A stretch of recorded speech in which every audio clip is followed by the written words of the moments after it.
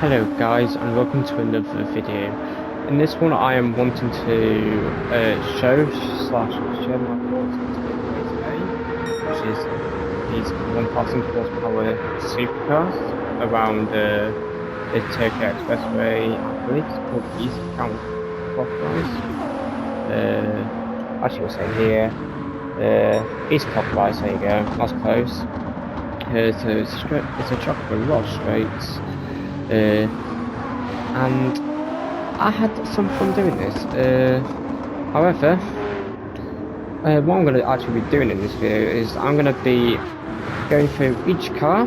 So what I'm going to be doing is I'm going to be showing the fastest lap, or well, not necessarily the fastest lap, but at least the lap that I think looks the best in terms of, you know, maximising the car. I won't say maximising the car, but being reasonably close to the limit at least. Note, I only did one, maximum 2 races per car, just to, you know, have a good feel for what the car was doing and give my thoughts on each car here. And at the end I will be ranking them, at least in my opinion, not necessarily from fastest to slowest, but in terms of what car is good for overtaking, what car is fun to drive, just number of things going into my ranking. Of course this is all opinion based, and without further ado, I'm going to get straight into it. I will also be showing the cars in the order they are in terms of performance points. So for example, we'll be starting with the, I believe it's Nissan R32, that's the first on the car list. We'll be starting with that, and we'll be going all the way through the list down to the Pagani Huayra, which will be the last car / the highest performance point. But I will say I really enjoyed doing this race, and this has taken me a lot of time to get the footage and, you know, putting my thoughts down onto a note, just so I know what I'm talking about. I'm going to be, like I said, showing the fastest lap, and I'm going to be having commentary while showing the fastest lap from each car that I'm going to be showing to you today. So there are 12 cars. I'm going to go through each one. Like I said, I put a lot of effort into this, so I would appreciate any like and sub if you do appreciate this sort of content. And yeah, I'm going to now be going into our first car, which is the Nissan R32. So I hope you enjoy. Cheers. Okay guys, so we are starting with our first car, and like I said, this is the Nissan R32. Now, like I said, you're going to be seeing the best lap, or at least the lap I was most happy with. So it might not necessarily be the fastest lap because of how powerful slipstream is. You gain over a second of slipstream if you're like behind the car the whole lap. But anyway, the lap you'll be seeing here is 1:48.398. This is done without slipstream, and there is a lot of time in this lap, probably around a second, not a second, bit over half a second I would say. So as you saw on the screen, I'll be showing you the brake balance and the torque distribution if the car has it. So I think every forward of the car has the torque distributor. So in this case I'm using brake balance +5, and the torque distribution is on 35/65. You can have it on 40/60 as well, that's okay. It just, I felt it understeered a bit more for my liking, which isn't to my liking I should say. And when I had it on 30/70, it just oversteered a bit too much on the exit of the last corner. So I think 35/65 is the sweet spot. It has pretty okay handling, I'll say, not the best handling, but it's alright. It's got really good traction, and it's quite stable as well. Like I said, it can oversteer a bit, but it's okay, it's quite stable. It's got a good top speed. Its acceleration is in its own class, it's amazing. It's got by far the best acceleration, especially out of the hairpin of the last corner. It's got pretty good brakes, and it drives pretty nicely if you ask me. Like I said, it can oversteer a bit if you put the torque distributor a bit more rearwards. So it's quite hard to, you know, stay consistent with it, but 35/65 is a sweet spot, and I really like this car actually, and you'll see where I rank it at the end of the video. So now I'm going to be moving on to the next car. So thank you very much, and see you in the next car.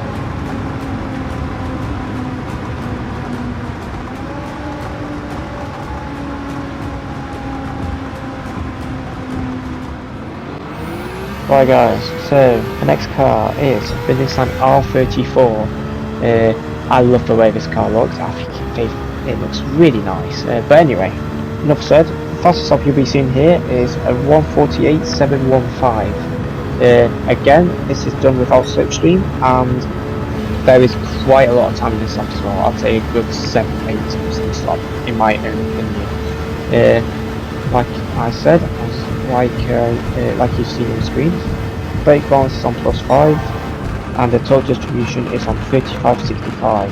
And you want to rev this car basically at the end of a bar. So as soon as it starts to flash on the end of the rev line, that's when you want to shift this car up. I don't remember if I mentioned the rev range for the R32, but in case I didn't, you want to rev the R32 as much as possible, so well past 100%. Anyway, back to the R34.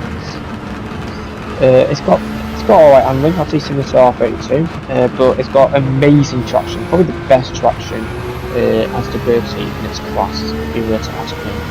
Or maybe second best, it's at least top tier there. It's got decent acceleration as well. Its top speed is quite poor compared to its competitors. It's got okay brakes, not bad, not good, it's just okay. It just takes a while to stop. And in my opinion, this has the best drivability. So when I say drivability, I mean, for example, if you were to just pick up this race and if I was to recommend a car just to try and, compete without any practice or anything, I would personally pick the R34.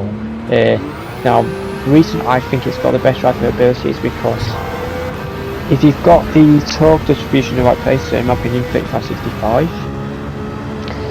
it doesn't oversteer on exit, but it doesn't understeer at the same time. You can put the power down and the car does grip a bit, which is why I think it's got good drivability, and in my opinion it feels the nicest to drive. But anyway, that's a 1:48.715, and now I'm going to be moving on to the next car, which is the Toyota Supra. So I'll see you in the next clip guys, cheers.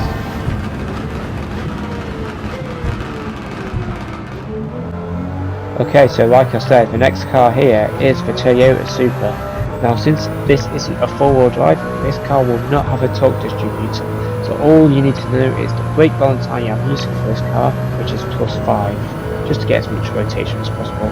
And in fact, every car you'll be seeing on here, I'll use +5 brake balance, just because I want to try and minimise the understeer when I release some brakes. But anyway, with the Supra, again, this is without slipstream, and in my opinion there is around a second in this lap, and the lap time you'll be seeing is a 1:48.691. But anyway, where I left this car to is basically at the end of the suggested gearbox, which is about 80% of the rev range. It's got probably one of the best handlings in its class, but that does come with pretty poor traction, and I did find it unstable, so I found it quite difficult to drive and pick up the pace in it immediately, compared to other cars at least. It's got good top speed, it's got pretty decent acceleration if you were to ask me, at least once you get past the first two gears. It's got really good brakes, but like I said, it's got quite poor drivability. So with this car, I found that when I was exiting the corners where I had to accelerate and still turn a bit, so for example turn 2, the car does tend to slide in one direction, and it's quite hard to catch it because you really feel the weight distribution in this car. So in my opinion, a torque distributor would really help me in this car, but it doesn't have it because it's not four-wheel drive. As you can see there, I exited the last hairpin in third. In my opinion, I would do it in second. It's just I was testing it out in third on this lap, and you'll see in the last sector I actually lost a tenth of a bit. So second gear is definitely the best gear to exit the hairpin. But now, I'm going to move on to the next car, which is the Mazda RX7. So here we go, the Mazda RX7. In my opinion, the best sounding car in this class. It sounds amazing. I believe it's got the 787B engine in it, which is why it screams. Well, it's a rotary engine, so of course it screams and it sounds amazing. Like I said, the brake balance on this car is +5, and you want to rev this car out basically the same way as you would in a Mazda 787B in the Group 1 class. So you want to rev this car basically as much as possible to get the most power out of it. The lap time you'll be seeing is a 1:47.882. However, this is done with quite a lot of slipstream. I'd say I got probably about a second's worth of slipstream, but again, there's about 7 or 8 tenths in this lap if you were to ask me personally. So if you were to not consider slip and just go based off the basically the lap time I would expect from this car without slipstream, and if you were to nail it, it's a high 1:47, so probably like a 1:47.9 or around a 1:48.0. So not quite as good as like a Toyota Supra, but not far off it either, and it does handle really nicely. Anyway, let me talk about the car characteristics quickly. So it's got really good handling, however its traction is really poor, and you'll notice it especially in second gear that it does oversteer a lot. What else? So poor traction, it is very unstable in second gear, like I said, but it does have good top speed, actually really good top speed, but its acceleration is far from the best. It's not the worst on acceleration, but it's far from great, and it's not got good traction, so you need a lot of throttle control. It's got mediocre brakes if you were to ask me, and it's quite poor drivability. However, this is my personal favourite because I like to control the throttle. That's just how I enjoy playing this game, but for an average user I wouldn't really recommend this car, just because it's quite difficult to get pace out of this car. So that's the Mazda RX7, and now I'm going to move on to the next car, which is a Honda NSX. Right guys, so this is a Honda NSX. As you can see on screen, the brake balance I'll be using this car, once again, unsurprisingly, is +5.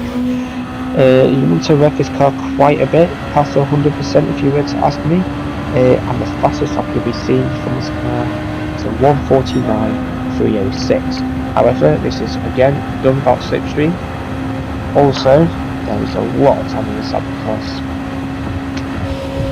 I've messed up a lot of corners on this particular lap, and it's just a lot of lap time in general, so we'll get into it.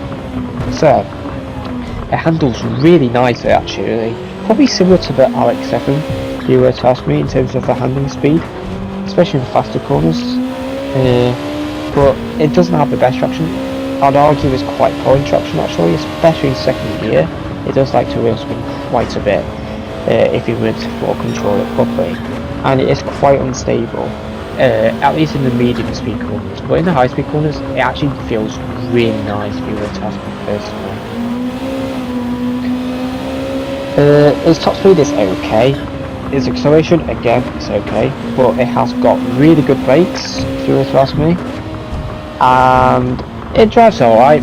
So I'd say from third gear onwards, maybe fourth gear onwards, it drives really nicely, but for first 2-3 gears, so second and third gear because you don't use first gear in this car, so second and third gear it does wheel spin quite a bit, but if you were able to throttle control it,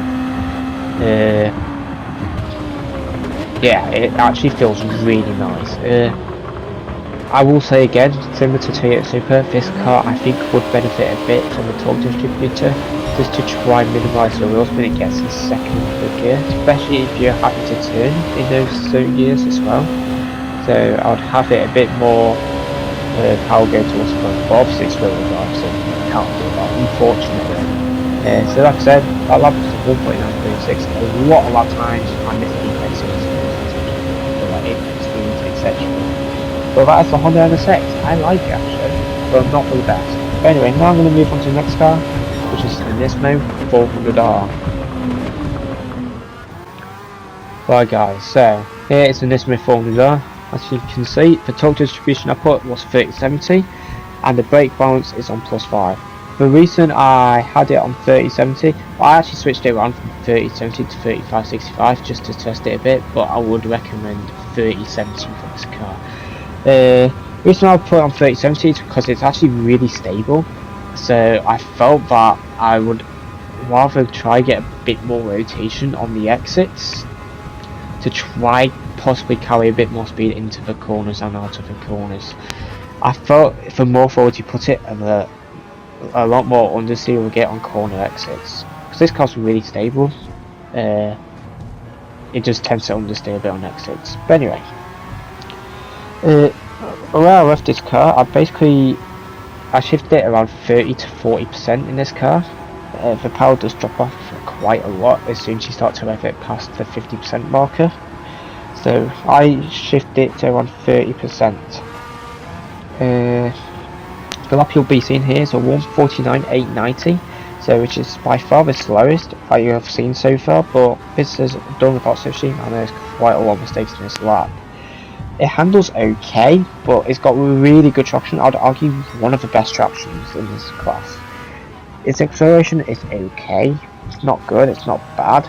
There are worse out there, but it's far from the best as well. Like compared to the R32, you'll notice a significant difference in the acceleration. It's got, I'd argue, one of the worst top speeds. It doesn't have great brakes, but it does feel really nice to drive. And for a beginner, I would actually recommend this car potentially, even though it's off pace. I found it really easy to drive and pick up the pace in it immediately. Yes, this lap's not the best, but it's a lot easier to drive compared to most other cars. Just with the way the power is in this car. But anyway, that's a Nismo 400. Quite a nice car, but now I'm going to move on to the next car, the Nissan GTR. Okay, so here's the Nissan GTR. As you can see, the torque distribution I put on this car was 3070, and the brake balance I put on +5. I have the torque distribution of 3070 because I felt it did understeer a bit, especially in higher speed corners. So I wanted to have the rear step out a touch just to try and get more angle into the corners and try to carry a bit more speed into the actual corners. So the fastest lap you'll be seeing here is a 148.396. However, this is done with quite a lot of slipstream on the first straight, which I gained I think 8/10 from compared to a lap I did without slipstream. The first sector I did here was a 13.5 I think it was, but by myself I was doing about 14.3. With that, let me go into the car characteristics. So, you want to rev this car quite a lot past 100%. So probably similar to, I would say, the R32. Maybe not quite as much as the R32, but probably similar to the Honda NSX range, if I was to put my guess out there. It handles okay, not bad, not great. Honestly, I was expecting a bit more from the GTR in terms of the handling characteristics, but it does have good traction. Its top speed's alright. It's got okay acceleration, decent acceleration, I'd say. It's got pretty decent brakes, not bad, not great, but decent, and it does drive nicely. I put it as good drivability.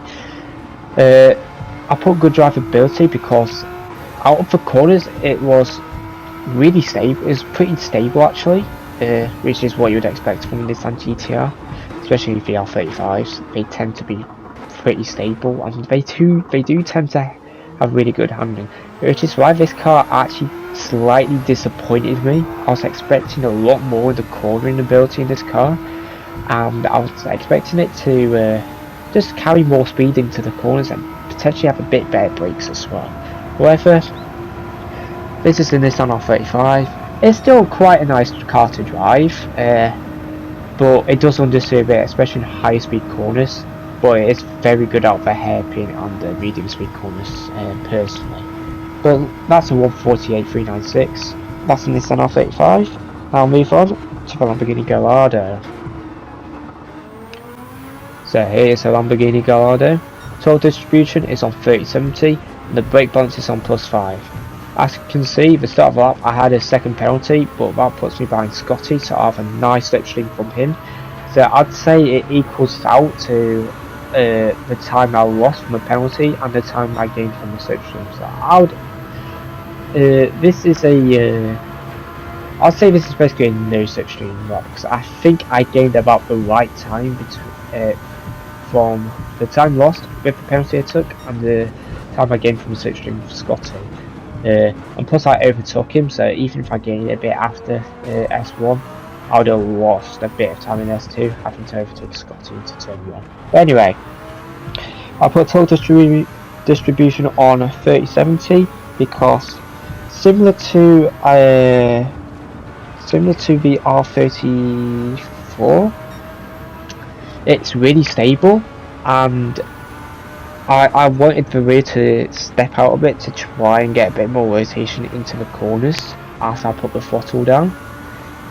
So yeah, I put it on 3070 here, and the brake balance, in case I didn't mention, was +5. So I left this car basically to just past 100% because the rev limiter is really early in this car. So you want to rev it as much as possible, but it's only just after 100% because otherwise you'll hit the rev limiter and you don't want to lose speed at all, especially in this car. So car characteristics quickly in this car. It handles really nicely. I'd argue one of the best handling in its class, unsurprisingly, since it's a modern car. It's very stable. It's got pretty good traction. It's got pretty good top speed as well. However, it does have one of the weakest accelerations, especially for four-wheel drive. It's got pretty good brakes, and in my opinion, it's got really good drivability. In my opinion, at least a top 2 or top 3 drivability car. So if I was a beginner, this is a car I would recommend to just jump into the race and have some fun and do some laps in a Lamborghini Gallardo with a lot of power. And it's a really fun car to drive in my opinion. So now, next, Ferrari F40. So here is the Ferrari F40. Since it's a rear-wheel drive car, of course it doesn't have a torque distributor. The brake balance I used for this was +5, and the lap you'll be seeing from me here is a 148.775. This is done without slipstream, and in my opinion there's probably 6-7 tenths in this lap, so I'd say it performs similarly to, I would say, the RX7, the Honda NSX, those kind of cars. Slightly slower than the Toyota Supra, I may add, but I don't think it's far off it. Yes, the leaderboard at the time of recording at least has a lot of Supras and R32s on there, but I don't think the balance of performance is actually bad here. I think you could use, I'd argue you could use pretty much every car here. But anyway, I'll go into the rankings later. So this lap is done without slipstream. Like I said, there's quite a lot of time in this lap. I left this car basically to the end of the bar, maybe slightly after it, so a couple flashes in the blue, and then I shifted up the gear. So it oversteers a lot in second gear especially. You'll notice that, especially when you put the power down and you're turning, the car will want to slide a lot. And with that, it doesn't have good traction either. However, it does have good top speed, and once you get past the wheel spin area in second gear, it actually has pretty good acceleration, and it's got really good brakes, which is surprising because this car's from the 90s. I wasn't expecting it to brake as good as like the Gallardo and the R35, but I'd argue it brakes better than the R35 and just as good as the Lamborghini at least, if not even better than the Lamborghini. So that really surprised me when I drove this car. I did 2 races in this car, so just to get used to it. And for drivability, I put OK. I put OK because the first 2 gears is quite difficult. You have to throttle control it a lot. However, from 3rd gear onwards, yes, it may slide a tiny bit, but it feels really nice to slide, and you can even gain time with a little slide to try and carry a bit more apex speed. Anyway, that's the F40, sorry, with a 148.775. Next car is the Audi R8. Here's the Audi R8. As you can see on the screen, torque distribution I put 3070, and the brake balance I put was +5. The fastest lap you'll be seeing from this car is a 148.771, and I do gain a bit of slipstream at the end of the lap, which I think was worth about 2 or 3 tenths. However, this is a far from optimal lap, so there's quite a lot of time, maybe even a second in this lap. So this car can in my opinion, do a high 147 if you were to nail it without slipstream. So similar to RX7, R34, that sort of car range. But anyway, I put up the torque distribution on 3070 because I felt this car does understeer a little bit, and I wanted a bit more oversteer in the high speed corners, especially with the gear ratio. You tend to use quite high gears for this car just because it's got 7 gears. So instead of using like 4th in the corners in most cars, you'll be using 5th in some of the corners in this car. So that's why I had the torque distribution a bit more wayward compared to some other cars. Now I'm going to move into the car characteristics. So you want to whip this car quite a bit past 100%. So I'd say similar to quite similar to R32, not as much as the R32, but similar. I'd say similar to the Nissan GTR R35 actually. Very similar rev range. Anyway, car characteristics of this car. It handles pretty nicely. It's got pretty good traction. It's got good top speed. It's got okay acceleration. Not bad, not great. It's just okay. However, it does actually have quite bad brakes, I found, which is really weird because you'd think a modern car would have better brakes than the likes of the F40, for example. But I thought I had to brake pretty early in this car, even though it doesn't have the best acceleration. So it does have quite poor brakes. It does have nice drivability, however, though, if you were to ask me personally. So again, similar to Gallardo R34, if you were to pick up a car and you don't want to necessarily be fastest, or just pick a car that you'd enjoy driving and be competitive, Audi R8 I would recommend. But anyway, that's a 148771. That's an Audi R8. Next car, the Merc AMG. So here is the Merc AMG. As you can see on the screen, I put the brake balance on +5. Again, no torque distribution on this car since it's not four-wheel drive. However, I don't even think it will need a torque distribution because this car actually feels really nice. The fastest I've be seen from me here is a 148.249. However, that is with about 3 tenths worth of slipstream, but there is still a good 6 or 7 tenths of a lap. There's about 6 or 7 tenths worth of mistakes in my lap. So if you were to nail it, this car can definitely go into the 40 seconds. So I wouldn't even say far for a Supra, to be honest. It feels really nice to drive. And it handles really nice. But I'd say it's arguably as good as a Honda R6 if you were to ask me personally. Which is, I believe, the third best car according to the leaderboards, but that is by dollar, so that's hard to say. So, car characteristics of this car. So you want to rev this car a lot. I'll say very similar to the R32. You want to rev it pretty much as possible. I'd say up to about 8.5k RPM if you are on bumper cam, which you'll be able to see on the bottom of the screen. So like I said, it handles really nicely and it's really stable, especially in high speed corners. It is really stable. It has pretty good top speed, but it does have quite poor acceleration, unfortunately. But it has really good brakes, and in my opinion, it has a really good drivability. In my opinion, if I was to rank based on the drivability in each of the drivetrain drivetrain groups, I'd say the Merc drives the best that isn't a four-wheel drive. It feels really nice. It doesn't have too much oversteer, even in second gear. You might have to slightly throttle control out the hairpin, but in the high speed corners, it feels really nice. One of my favourite cars, to be honest, to drive. So anyway, that's a Merc AMG. That was a 148.249, and now I'm going to be moving on to the last car, which is the Pagani Huayra. So I'll see you in the last car. Cheers. Last but certainly not least is the Pagani Huayra. Since this car's an MR, it doesn't have a torque distributor. However, the brake balance I used on this car is +5. The fastest lap you'll be seeing in this car is a 148.566. This is done without slipstream, and I do think there's a bit of a half a second in this lap personally. So, moving on. So, I revved this car a bit past 100%, so I'd say quite similar to the Lamborghini Gallardo. Yeah, similar to Gallardo, so you want to rev it slightly past 100%, but not too much after it personally. because I did feel like as soon as you went past the 7,000 RPM range, the power does drop off a little bit. So basically, I'll try to redline it on the speedometer in the bottom right of the screen.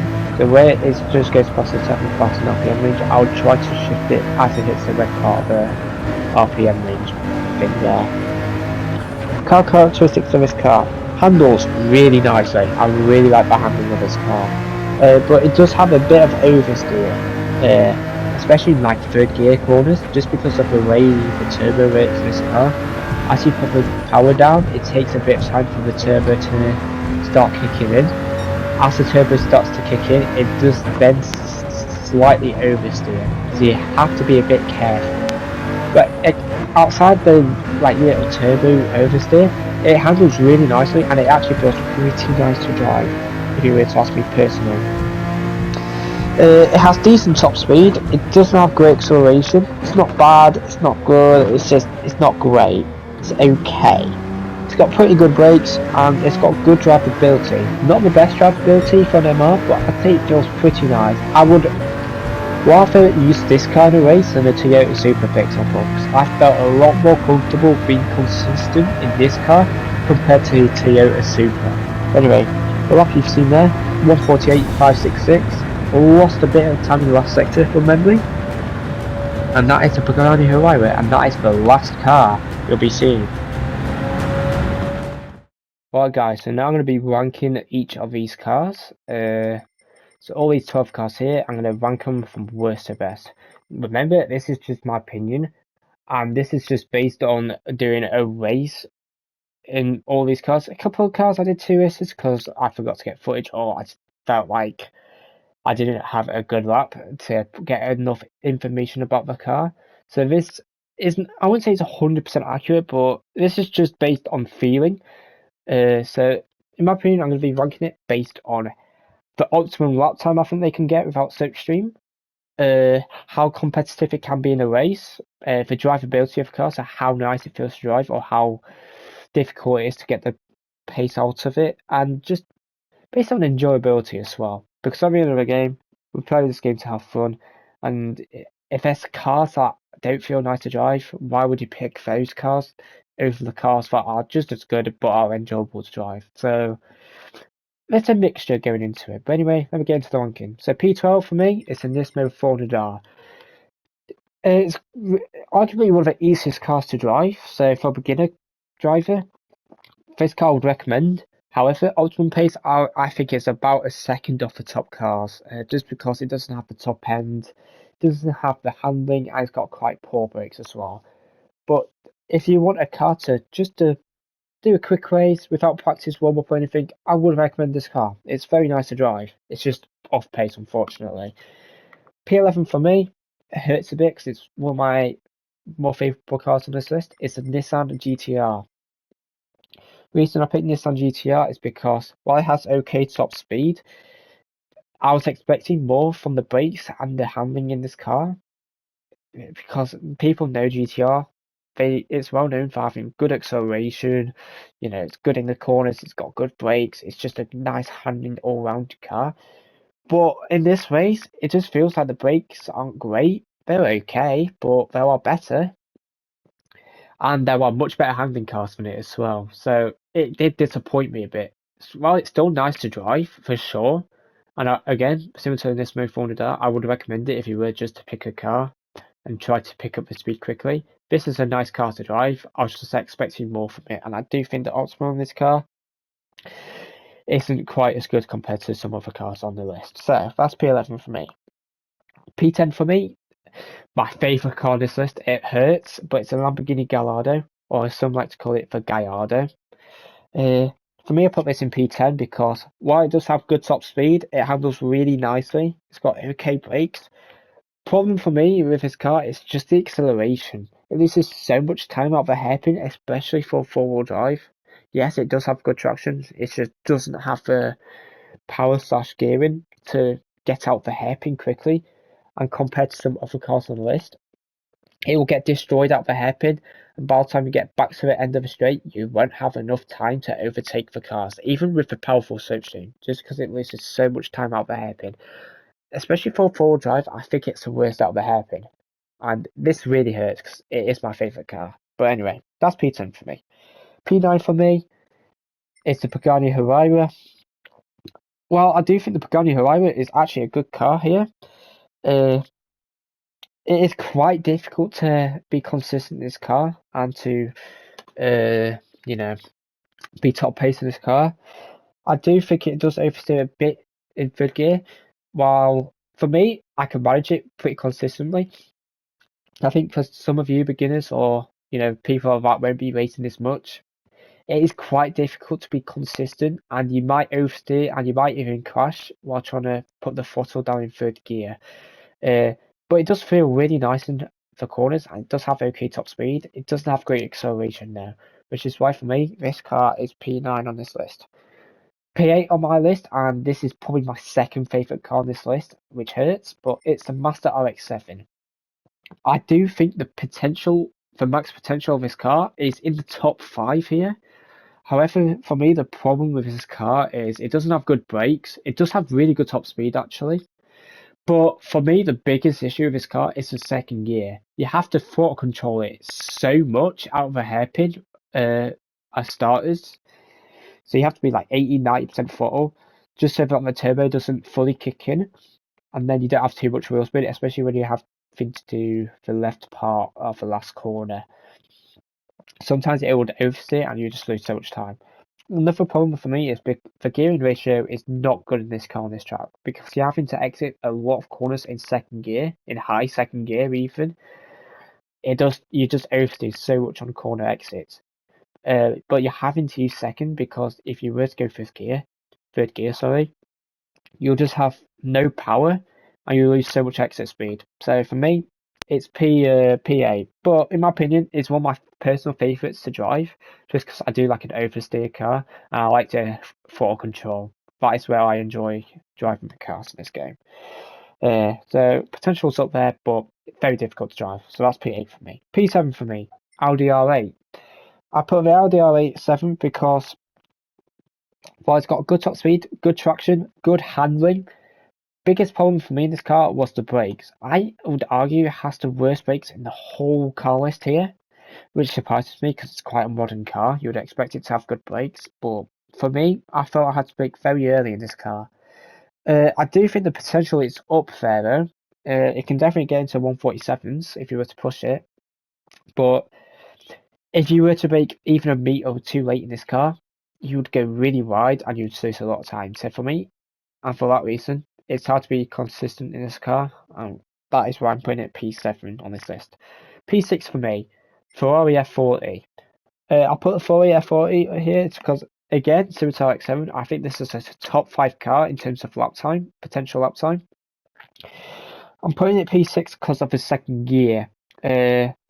And even in this car, you do have to use a bit of first gear as well in the hairpin because if you were similar to RX7, its power in the low revs there's no power in the low revs, so you have to exit in lower gears compared to most other cars. However, if you can throttle control it well, it feels it's one of my favourite cars to drive on this list for sure. It oversteers nicely, but it doesn't oversteer too much that you can't control it either. It has good handling, it has really good brakes, and it's got pretty good top speed as well. And once it gets past second gear and the wheel spin territory, it's got good acceleration as well. So P6 for me, F40. P5 for me is the R34. For me, the R34 has, in my opinion, the best drivability in this whole car list. So, in my opinion, if you were a beginner or you didn't practice this combo, it's your first race, I would recommend picking the R34 first because, in my opinion, it is the easiest to pick up the pace in this car immediately because it's got good traction. It doesn't understeer too much on the high speed corners. Yes, it doesn't have the best handling and it doesn't have the best top speed. It's actually got quite poor top speed, but other than that, it feels really nice to drive. It's really good out for slower speed corner exits. I would argue the best. It's pretty decent in the high speed corners as well. And it's just the easiest to drive and really enjoyable to drive, I have to say. Especially if you've got the torque distribution in the right area. So 35, 65 area. that is why I'd recommend in this car. So for me, P5 R34. P4 for me is for Honda NSX. Again, I'd class it similar to RX7 F40 lap time territory, but I do think it's I actually argue it's harder to get a lap time in the NSX compared to F40 here, but it feels really nice to drive in high speed corners. I'd argue it feels the nicest to drive in high speed corners. So it's really nice. You can easily keep up with other cars in the high speed corners. The only issue I had with this car was the exit out of the hairpin. You had to use second gear and you had to throttle control quite a bit because as soon as the turbo kicks in, it just wheel spun a lot. So you need to be quite patient in this car.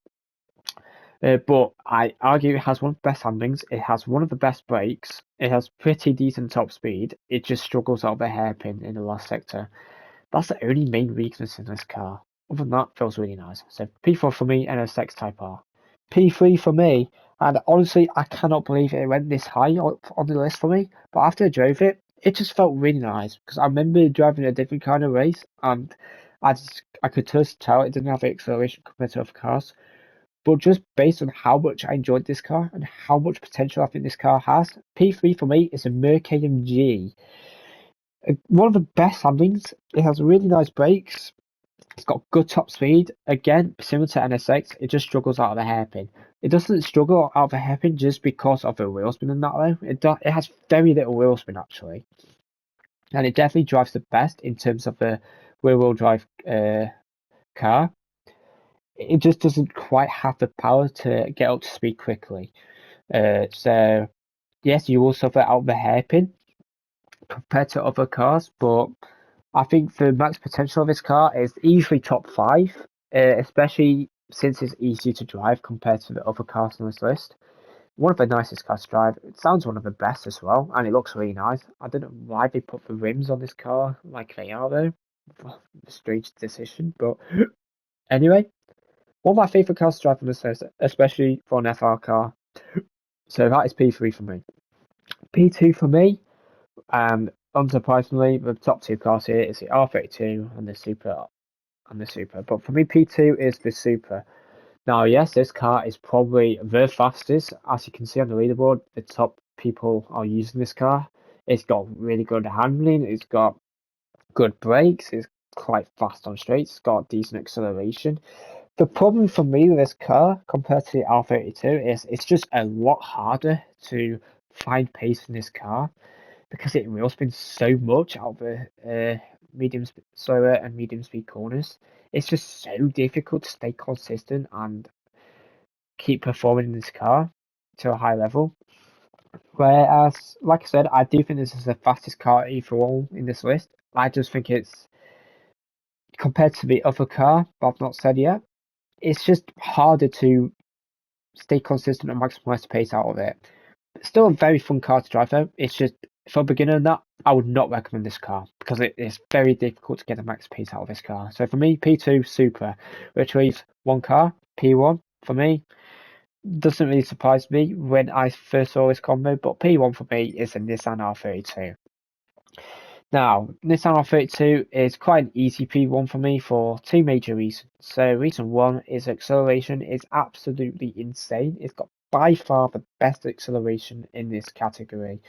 So out of a hairpin, you'll be flying past the cars and you should easily be able to defend in this car if you head into the cornering section, as long as you stay on the racing line and not make any mistakes. Not P2. Another reason for me is it's actually surprisingly quite easy to find pace in this car. So for me, this car has good brakes. It feels nice to drive, like I said. Amazing acceleration. You rev it a lot, and the gearing is actually quite good on this track. You may have to use second a bit more than you would like, but other than that, feels really nice. It's got pretty good handling, like I said already. It's got pretty good top speed. It does struggle a bit with slipstream because it does rev out fifth. But it's got good brakes as well, which surprised me. So for me, P1 is the R32. So that is the end of the video. I hope you enjoyed my comparisons on each of these cars in this daily race A.